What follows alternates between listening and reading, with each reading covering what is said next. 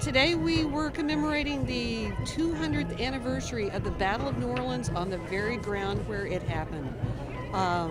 And we actually picked as our theme for this event celebrating unity, which seems odd for a battle, but the reason we did that was because the unity displayed by the American troops, by the British troops, and the incredible unity that's developed over the last 200 years between the United States and our old enemy, Great Britain. Welcome to Chalmette Battlefield, where critical events in United States history took place 200 years ago today. I'm Gwen Thompkins, and I'm honored to MC this bicentennial commemoration ceremony. Like many school children in this area, I first learned about the Battle of New Orleans on a class trip to Chalmette, right here where the action took place. I remember that day fondly, in large part because back then it was warmer than it is today. Much warmer, no contest. But the impression that stayed with me as a child and remains with me now is that two nations can go to war and later become not just allies, but the best of allies. That's a terrific achievement in world history, worth commemorating every year. It's also a great lesson in what peace can look like when adversaries lay down their arms. Each of you has your own special connection to the Chalmette battlefield. And like me, you contribute to the storylines that are constantly unfolding from this place. Stories that arc through adversity and toward a greater good. 200 years ago, residents of the city of New Orleans, men fighting with General Andrew Jackson's forces, and the nuns of the Ursuline convent spent the night before the decisive battle in prayer. Since then, the Ursuline nuns have continued giving thanks each year to Our Lady of Prompt Succor for the successful defense of the city. For decades, local and national organizations have maintained a solemn tradition here at the base of Chalmette Monument. Each year, on January 8th, wreaths are presented in memory of the bravery demonstrated 200 years ago on the battlefield. This tradition continues. The first wreaths recognize state militias that supported the United States Federal Army during the war. State militias of their kind were antecedents to today's National Guard. 4 state militias converged in unity here at Chalmette Battlefield. The Kentucky National Guard,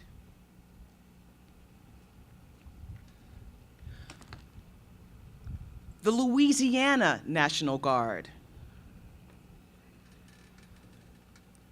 the Mississippi National Guard,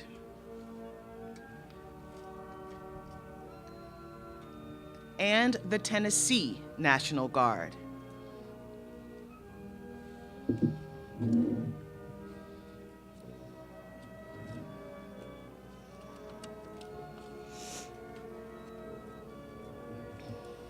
Native Americans fought in major battles of the War of 1812, from Ontario, Canada, down to the Gulf of Mexico.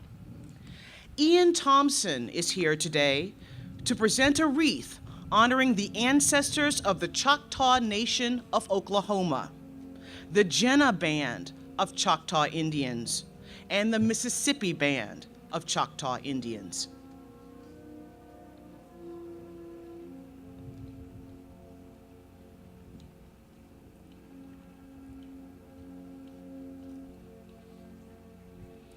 Untrained volunteers also fought on this battlefield alongside the Federal Army, state militia, Native Americans, and British forces.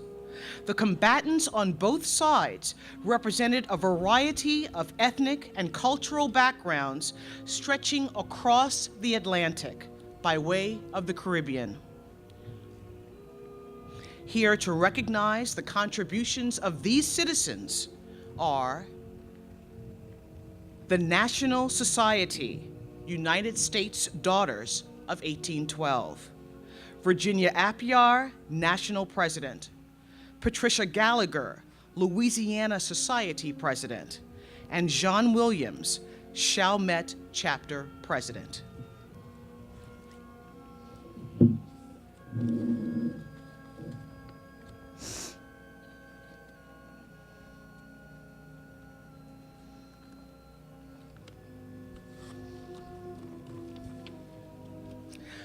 General Society of the War of 1812, Tom Jacks, President. Daughters of the British Empire, Jane Caruso, Louisiana Society President.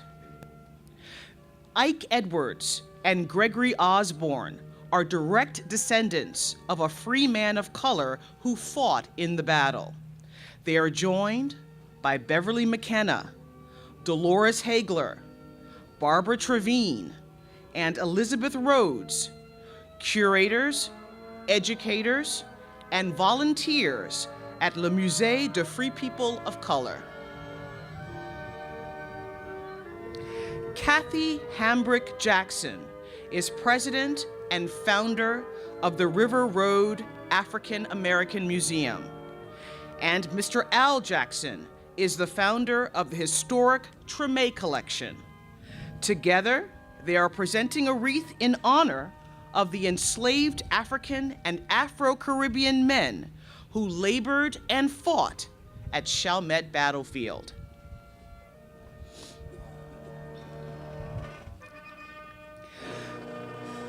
The battle was critical for the then 3-year-old state of Louisiana. The 7-year-old St. Bernard Parish, and the city of New Orleans, which back then was still acclimating to the idea of being an American city. Today, representatives of these 3 local governments pay tribute to the men, women, merchants, and laborers whose efforts helped win the day and who rebuilt the region after the war. They are the Louisiana Battle of New Orleans Bicentennial Commission, the City of New Orleans, and St. Bernard Parish.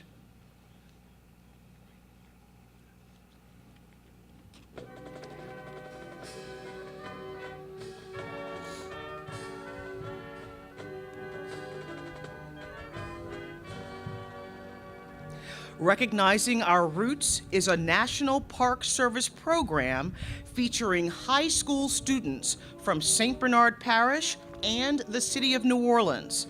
Their wreath is in honor of the young people who will carry forward Louisiana's historical and cultural heritage.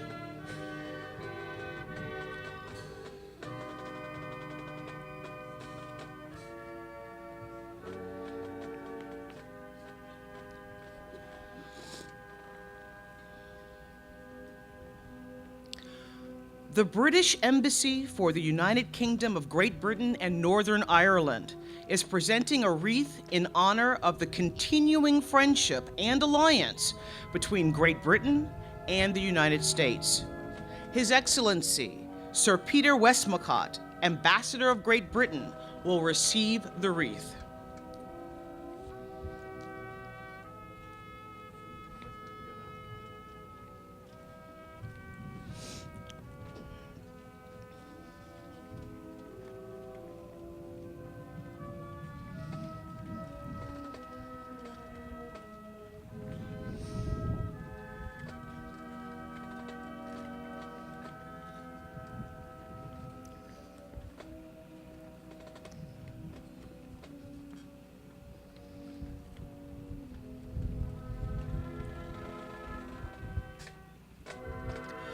And the National Park Service is presenting a wreath on behalf of the United States of America as a symbol of goodwill, peace, and solidarity with Great Britain.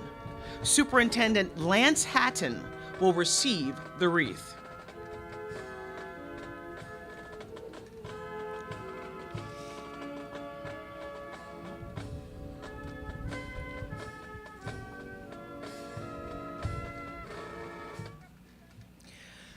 As Sir Peter and Superintendent Hatten place the final two wreaths, let's give this esteemed group of individuals and organizations a round of applause.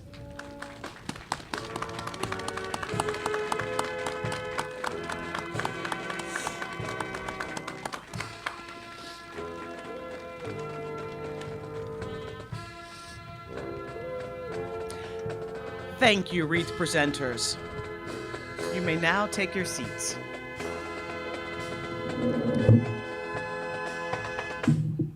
The American victory over British forces on Chomat battlefield announced to the world that the still young nation was up to the task of defending our shores. It was reassured Americans that we could confidently and soundly provide for our own defense. We learned that indeed our diversity is our strength. The victory provided the linchpin for future growth that extended the United States to the shores of what became the states of California, Oregon, and Washington. Today begins a weekend of tribute and celebration. Allow me to thank Mayor Mitch Landrieu and Parish President David Peralta for supporting the Battle of New Orleans Bicentennial.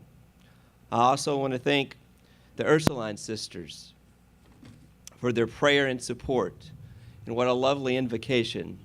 We appreciate the strong spiritual foundation that you provide the community. Many deserve praise for this event. Thank you to the United States Postal Service that will pay tribute to the Battle of New Orleans with the new commemorative postage stamp. We stand in the shadow of Chomat Monument, a generous gift bestowed to the grateful nation by the Daughters of 1812. They are this site's first partners. Their daughters remain steadfast supporters of the fallen soldiers by deepening awareness of the War of 1812 through their generous donations, commitment, and hard work. Let's give them a round of applause.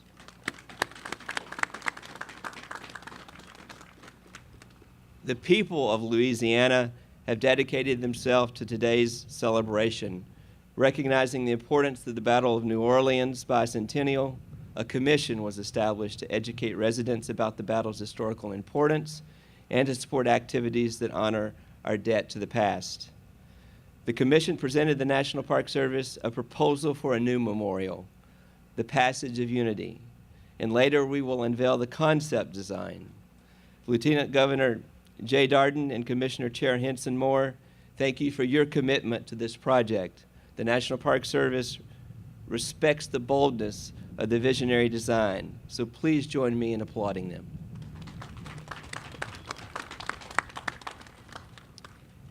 Every day, the United States and the United Kingdom's flags decorate this landscape. The symbol of grief, which symbolizes our grief, embodies our respect to the armed forces and celebrates a lasting peace. They salute the brave that we commemorate today.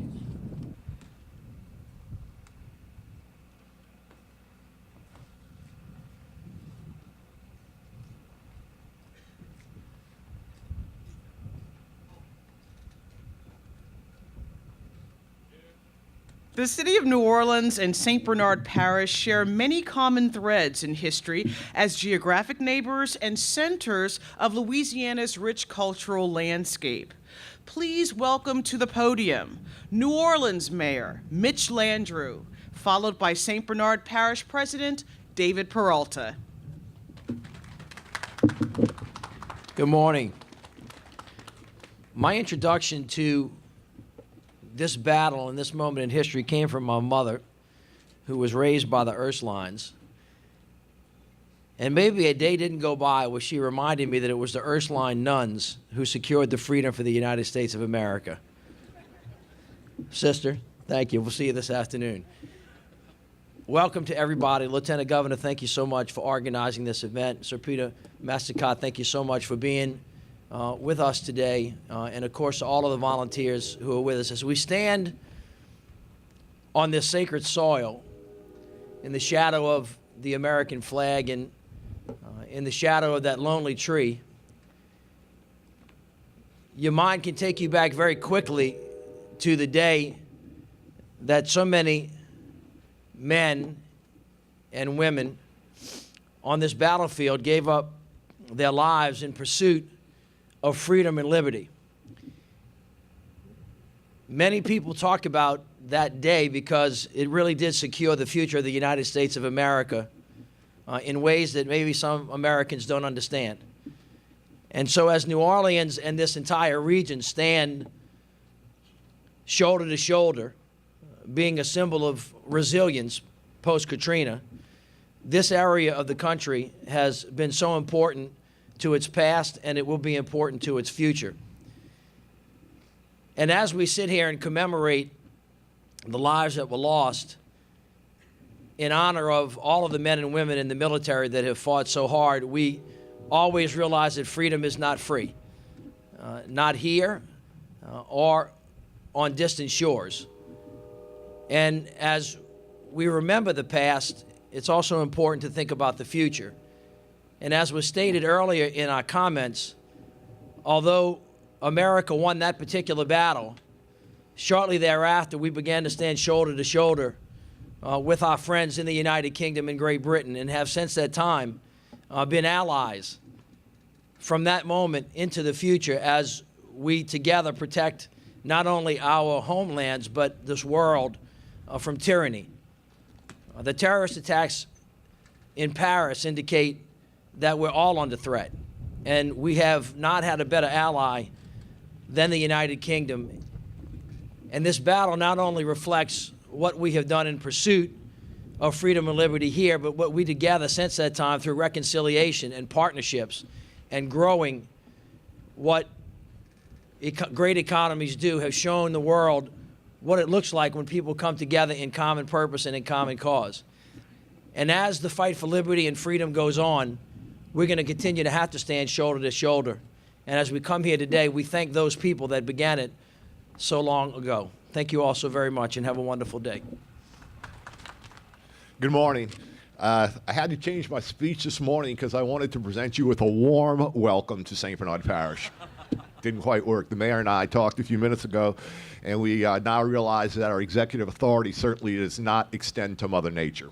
Well, ladies and gentlemen and dignitaries, on behalf of the people of St. Bernard, I would like to extend a welcome to all the visiting dignitaries from the United Kingdom, state and local officials, and visitors who have traveled from around the world to be here on this very special day.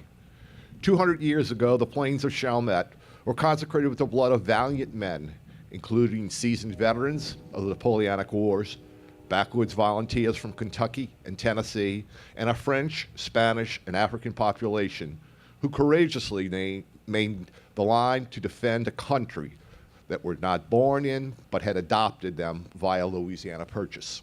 We mark an anniversary that transforms both our nation and our relationship with America's mother country. As president of St. Bernard Parish, it is an honor to host this prestigious event that was so important in our nation's history. Since 2012, my administration has diligently worked with our partners with the National Park Service, the state of Louisiana, the Louisiana Living History Foundation, and many other groups who helped produce a commemoration that brings attention to this consequential battle and honors those who have fought here in 1815. And again, thank you very much for being here in St. Bernard today. Thank you. Thank you, Parish President Peralta and Mayor Landrieu.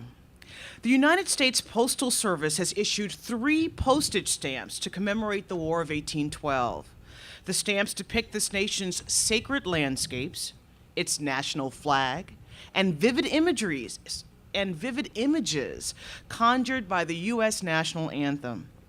Here today with a special announcement is Peter Argentine, Citizen Stamp Advisory Committee member and District Manager of Louisiana, representing the United States Postal Service. Please welcome Mr. Argentine.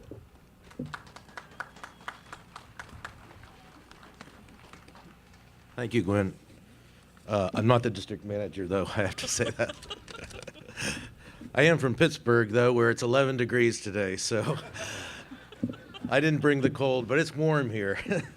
Thank you all for being here in this cold. It's a great turnout, and it's just such a beautiful day. Unfortunately, the Postal Service Board Governor James Bilbray, who had planned to dedicate today's stamp, could not be with us this morning. And I know it's a really huge disappointment to him because, remarkably, he has a very personal affection for the stamp since his great-great-grandfather, John Bilbray, fought in the War of 1812 with the 10th U.S. Infantry. So I'm sure he's sorry he can't be here. However, I am very honored to be here representing the United States Postal Service and the Citizen Stamp Advisory Committee as we conclude our bicentennial commemoration of the War of 1812, a conflict that has been referred to as our country's second war of independence. It's also really a great personal honor for me to be at the site of this historic battle, as I was here 5 years ago filming reenactments for the newly restored Chalmette Battlefield Visitor Center behind us. And I have to say, it was equally cold that day. So I think it all gives us all a great appreciation for one of the many obstacles that the British face. And I also want to thank a number of the reenactors who are here, helped us out that day, and I think the reenactors just do a tremendous job. So thanks to all of them. So as every stamp collector knows, the Postal Service's commemorative stamp program focuses national attention on great moments throughout American history. By portraying achievers and achievements, ideas and ideals, stamps honor America's heritage and heroes and bring historical subjects to life. That's certainly true of our newest stamp, which commemorates the last great battle of the 2.5-year war with Great Britain, and an event that was a key moment in defining our nation. On this fateful day 200 years ago, the country was still under siege, with its White House burned. If the port of New Orleans was captured, the American economy would be crippled. Jackson, leading a small number of U.S. troops as well as state militia, free men of color, Creole volunteers, Choctaw Indians, and even privateers, was outnumbered by a battle-hardened British professional military force. And it was wonderful to see the wreath commemoration service with all those parties reflected. Yet against all odds, this diverse force united to defeat one of the world's most feared military powers in this decisive battle. And while this climactic battle was fought after American and British negotiators had concluded a peace treaty in Ghent, Belgium on Christmas Eve in 1814, the treaty had not yet been ratified, so much was still at stake. In halting the British plans to attack New Orleans, Jackson almost instantly established himself as a national icon and a military hero, giving him a national recognition that he would need to become the 7th president of the United States. As you will see in a moment, art director and designer Greg Breeding did a truly spectacular job of capturing what historian Donald Hickey characterized as one of the most stunning battlefield triumphs in American history. Sorry, my lips are starting to freeze up a little here. Using mixed media, stamp artist Greg Harlan depicted the American troops and artillery repelling British forces from behind a mile-long defense earthwork known as Jackson's Line, replicated here. On the reverse of the stamp pane, there's a portrait of Jackson in his military uniform painted by American artist John Vanderlyn in 1825. So now, without further ado, I'd like to ask our special guest to join me on the stage as we dedicate the War of 1812 Battle of New Orleans Commemorative Forever Stamp.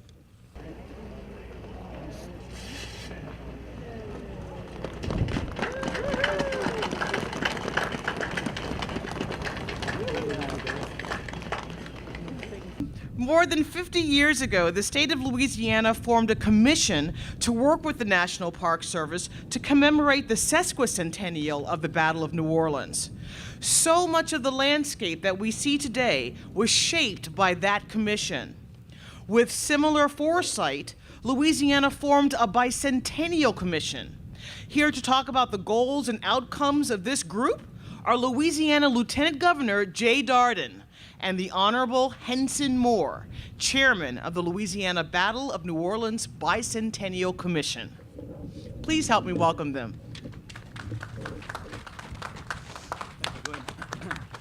Thank you.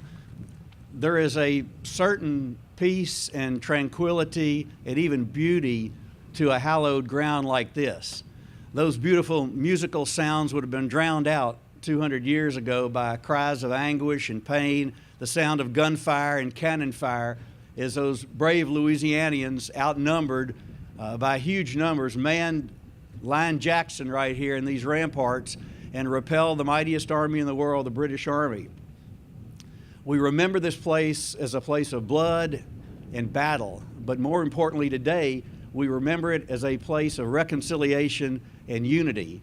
And it's with that goal in mind that the Bicentennial Commission took on the challenge of making certain that from this day forward, Louisianians remember the significance of this battle, both in the history and future of New Orleans and the state of Louisiana and the United States of America, but also in the context that it ended the hostility between these two great nations, and as has been noted before, forged a friendship that has survived for decades since and will no doubt survive for decades in the future. The commission, chaired by former Congressman Henson Moore, came up with a tremendous idea to create a remembrance of this great forging of friendship. And I'm going to let Congressman Moore tell you some of the details of it, but I want to thank the National Park Service for their cooperation and their shared vision in making certain that Louisianians, Americans, and Brits of the future can come to this place and recognize that great friendship that began when arms were laid down 200 years ago. There's a great exhibit that opens this Sunday at the Cabildo that I hope you'll all get to enjoy. The actual coat that General Andrew Jackson wore on these ramparts 200 years ago that left Louisiana when General Jackson did comes back to our state for the first time. Belonging to the Smithsonian Institute, that jacket is on loan throughout the year, throughout this exhibit at the museum, and pays a wonderful tribute to the Battle of New Orleans and also the history that follows. So thanks to all of you for braving the weather today and being with us on this great, solemn and significant occasion as we think more toward the future than we reflect on the past. And let me now bring up Henson Moore to tell you a little bit about the specifics of what we hope will be a reality within the next year or so. Thank you very much. Thank you, Jay. Ladies and gentlemen, when the legislature created the Bicentennial Commission, it had the foresight to provide no money and no staff, but a lot of instructions. Other than that, it's been a perfect relationship. Jay Darden has been the one strong support we have received and strong ally in our work. And we'd like to thank Jay for him working with us. He's actually made calls with me looking for funding. He's done a great job, and we sincerely appreciate it. I'd like to introduce the commission to you. They're all volunteers. They don't even get expenses reimbursed. The vice chairman, my right hand, Elizabeth McDougall, please stand. The vice chairman, Representative Nick LaRusso, Mike Bayham, Ed Kaito, Bill Hyland, Dr. Gary Joyner, Mark Romig, Bill Schutz, Kami Tomasio, Roger Villery, Mark Zeldin, and just recently joined us, Ms. Hank Braden. I thank my allies and my colleagues for the work that they have done. We have been at it for almost 4 years, and we have one more year to go. In working, we have had one part-time assistant that Jay Darden gave us, his right hand out of his office, Julie Vizio. Julie, please stand up. Vizino, she's been our right hand in helping us. In working with the Park Service, we decided upon 3 legacies of the landscape that we hope to accomplish in this next year, perhaps a little beyond, here on the battlefield itself. The first is we're working on an exhibit and a plaque naming the actual Americans who were killed in action or who died on their wounds in this battle. We've been getting the help of the Louisiana Department of Veterans Affairs in that regard. It's a tough job to do that research and put it together, but we think it can be done. We intend to put one or more battle flags on the ramparts behind you here that were there on the day of the battle, flying the famous 15-star flag that we fly once a year here, the big one, but every day, so the soldiers behind those battles knew where their lines were. It'll add color and history and realism to the line, the Jackson line. In that, we asked the Daughters of the Society of 1812 to take that project on, and they've done it. You want something important done, you ask women to do it. I did, and they did. And Pat Gallagher's taken the lead in the society and come up with that. Pat, we thank you very much for that great work. And today we want to announce a transformational project for this park. Back behind me on the right-hand side, on the south side of the visitor center, are plaques showing you what it'll look like. It's going to be in that wood line back on the park as you come in behind you, because on the day of the battle, that was not a wood line, it was part of the battlefield. The major and final thrust of the battle took place in that wood line, and that's where two British generals, including the famous General Pakenham, so bravely died leading his troops. We intend to build a memorial that you will walk through that wood line to the various places where the battle took place and things happened, then to a unity bridge over the Rodriguez Canal, and then ending up in an Alliance Garden on this side of the canal, celebrating the 200-year alliance between ourselves and Great Britain, which was born on that field of battle that day. This project has been 2 years in the designing and the planning. LSU's College of Art and Design conducted a national design competition led by Dr. Lake Douglas here of New Orleans. And the design competition was made possible by a generous grant from James J. Coleman, up here on the stage with me today, Jimmy Coleman, which selected the design workshop team to design this memorial. That firm prepared a conceptual design which was approved by the Development Advisory Board of the National Park Service in July of last year. The partnership is now in place. Due to a grant from the Louisiana Historical Legacy led by Randy Haney, we now have the funds to actually draw the construction plans, and that is now underway to begin to build the plans to actually construct this project. We now want to unveil for you the rendering by this design workshop of what the Alliance Garden will look like. I'd like to ask Lieutenant Governor Jay Darden, British Ambassador Peter Westmacott, and Park Superintendent Lance Hatten to unveil the design for the Alliance Garden, which is phase 1 of the memorial. Gentlemen. Thank you very much. This is going to be a monument like no other. Is going to be one that signifies something very important to citizens today, not just what happened here 200 years ago. I'd also like to announce that Jimmy Coleman, sitting behind me, has agreed to chair the public support campaign to raise the funds to finish constructing this memorial. Jimmy, please stand. And thank you for your willingness to do this. When the program's over with, you can see Jimmy or myself. We'll be happy to talk to you about how you can help.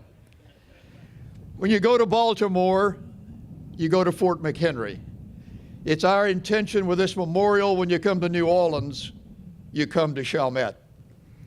I want to thank the ladies and gentlemen who've made this possible, who've worked with us. This is a memorial which is long overdue and will significantly add to the value of this national park for history past, history present, and history future. Thank you. I am honored to have the privilege to introduce to you Her Britannic Majesty's Ambassador to the United States of America, Sir Peter Westmacott. Sir Peter has had a long and highly successful career as a British diplomat, including previous tours as the British Ambassador to France and British Ambassador to Turkey. Born in the village of Eddington, Somerset, on the southwest of England, Sir Peter has held key positions in the British diplomatic service in posts all across the globe. Please welcome Sir Peter Westmacott.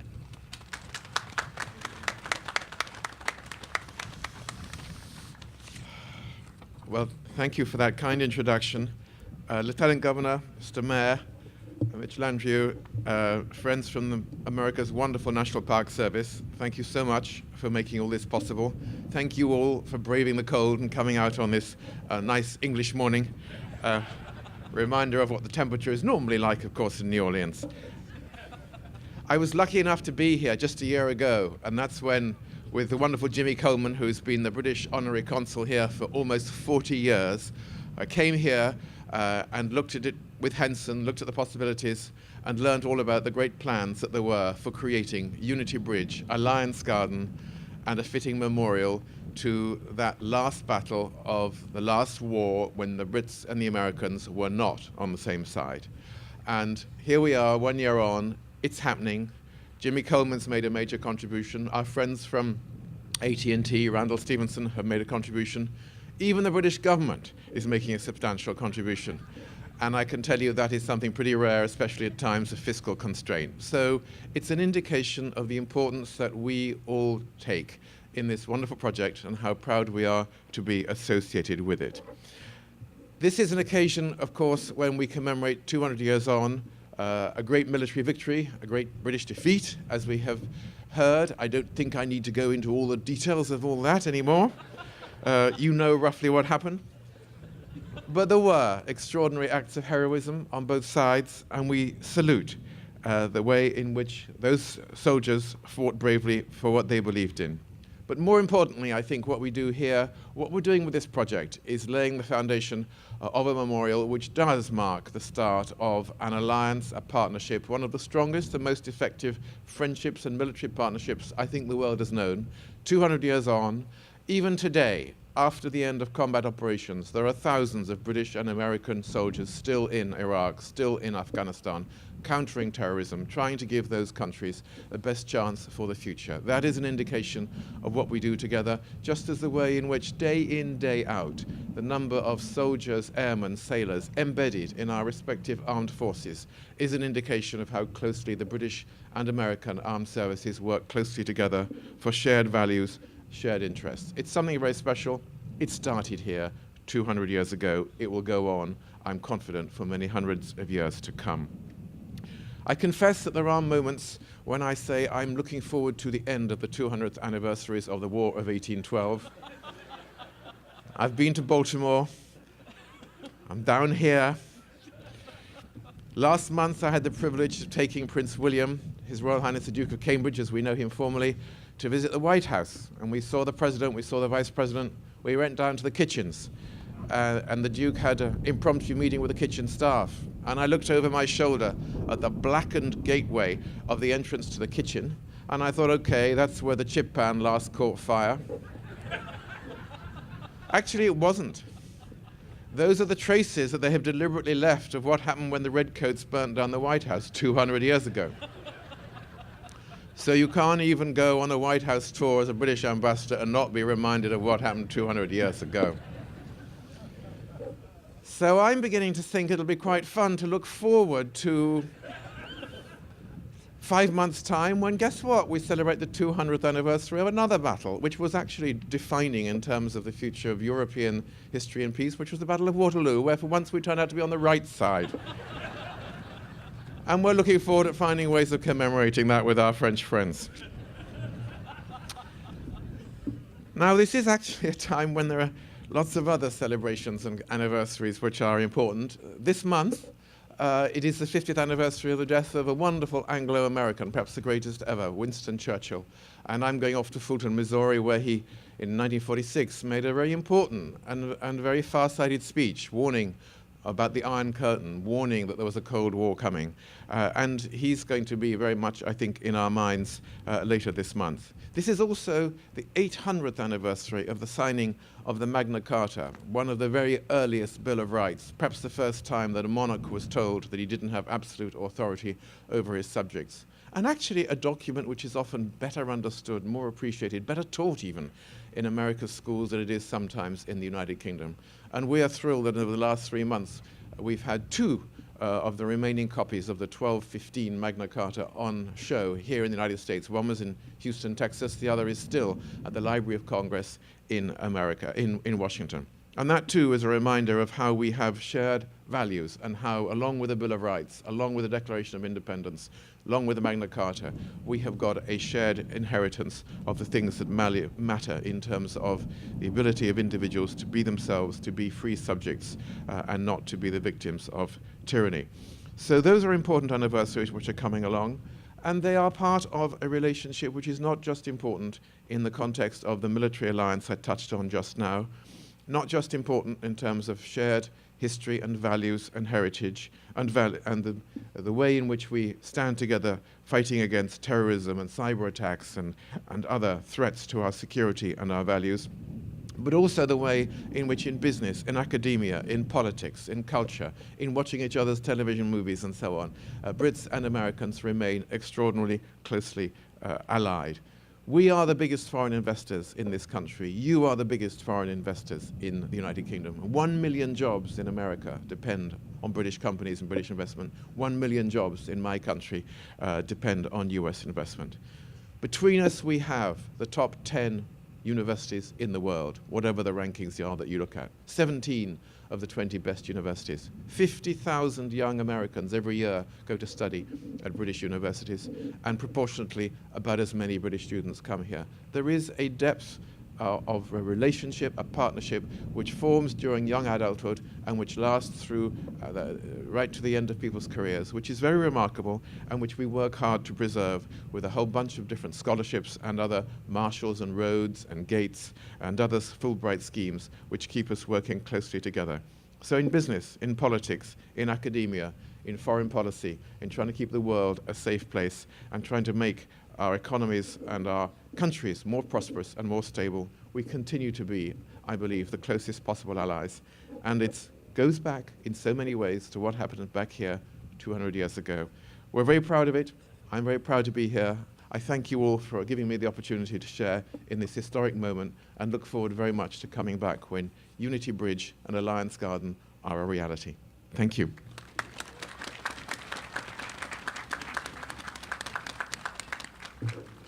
Thank you, Sir Peter. We now turn to Lance Hatten, Superintendent of Jean Lafitte National Historical Park and Preserve. Mr. Hatten also heads the New Orleans Jazz National Historical Park. Please welcome Superintendent Hatten.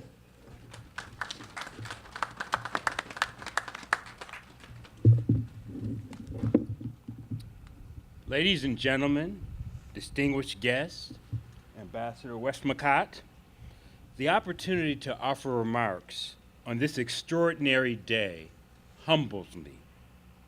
Thank you to the National Park Service employees who welcome hundreds of thousands of visitors to the Chalmette Battlefield and other National Park Service sites throughout the state of Louisiana every day. You've worked hard with our partners, our friends, our volunteers to make today's event possible. I also want to thank Senator David Vitter's office. He is a friend of the National Park Service and a supporter of the Chalmette Battlefield and National Cemetery. We've spoken a lot about the new memorial that has been proposed and presented to the National Park Service by the Battle of New Orleans Bicentennial Commission.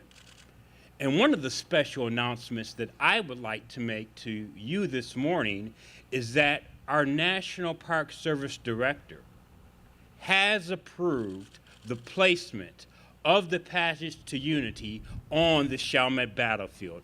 That is something to celebrate.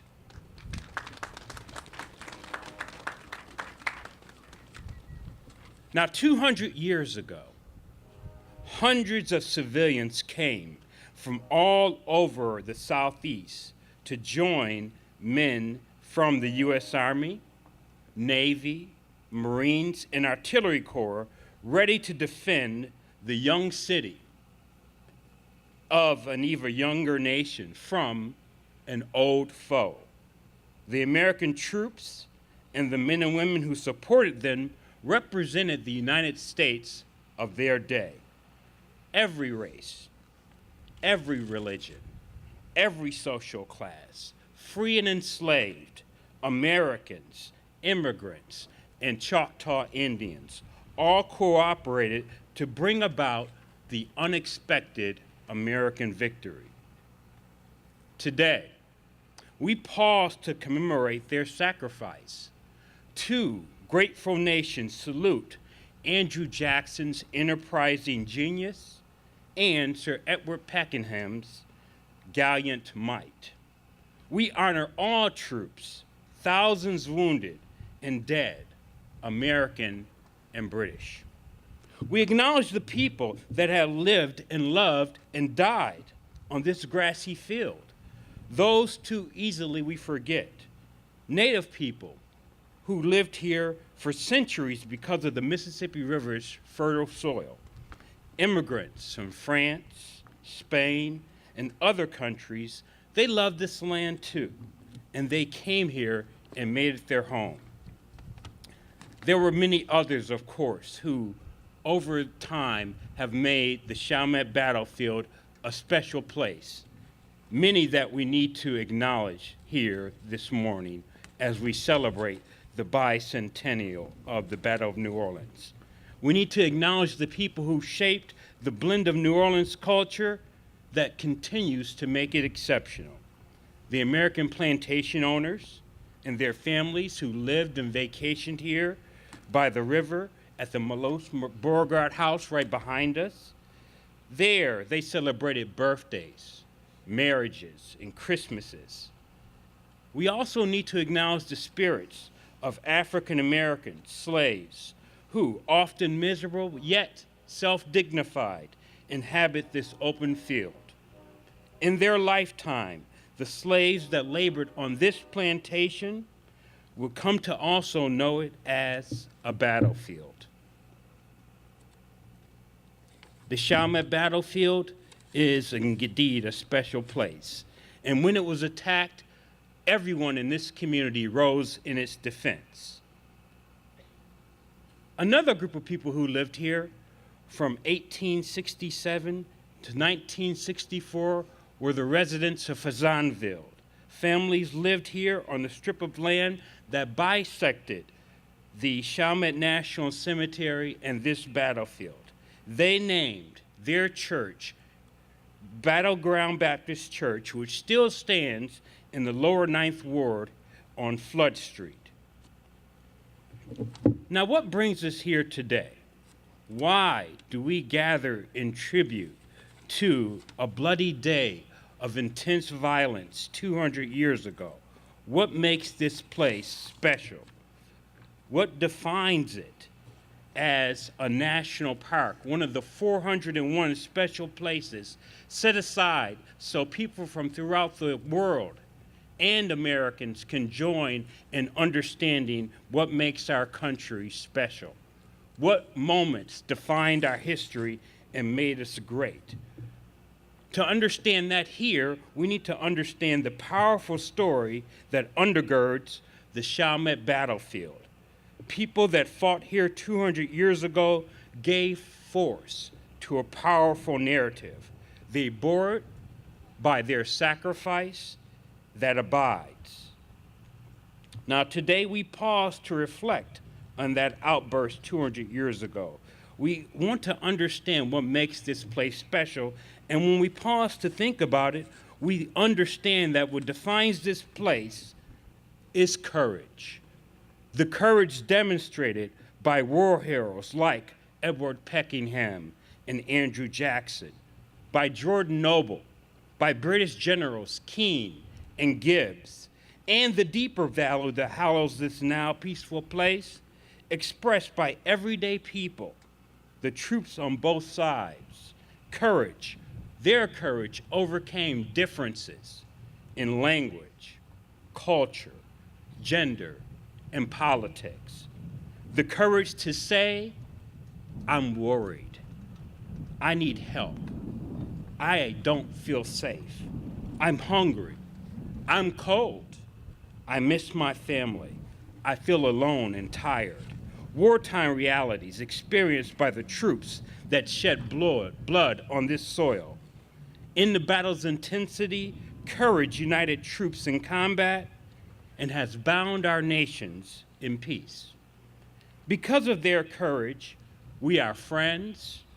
Because of their courage, we are neighbors, and we are Americans.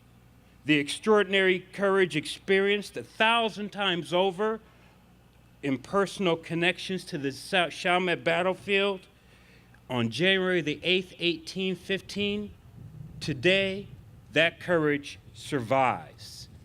It is in all of us. It is what brings us together and what makes us recognize the valor demonstrated here on January the 8th. And it is a proud moment for us to come together to acknowledge the special friendship that was created by the sacrifice of the thousands of people who perish, the relationship that we have with the United Kingdom. So today, I thank each and every one of you for coming out to recognize that this day is important to our community. This day is important to the United States, and this day remains important to the United Kingdom. Thank you very much. As we move toward the closing of this program, let's welcome our last speaker, cultural anthropologist Allison Pena, to the podium for a moment of remembrance. Ms. Pena's remarks will be followed by taps, an artillery salute that will bring this 200th commemoration to a close. Please welcome Allison Pena. Thank you, Gwen. That was a hard act, or this will be a hard act to follow after that wonderful singing of Act Two. It is indeed a great privilege to stand before you as we conclude our 200th commemorative ceremony this morning.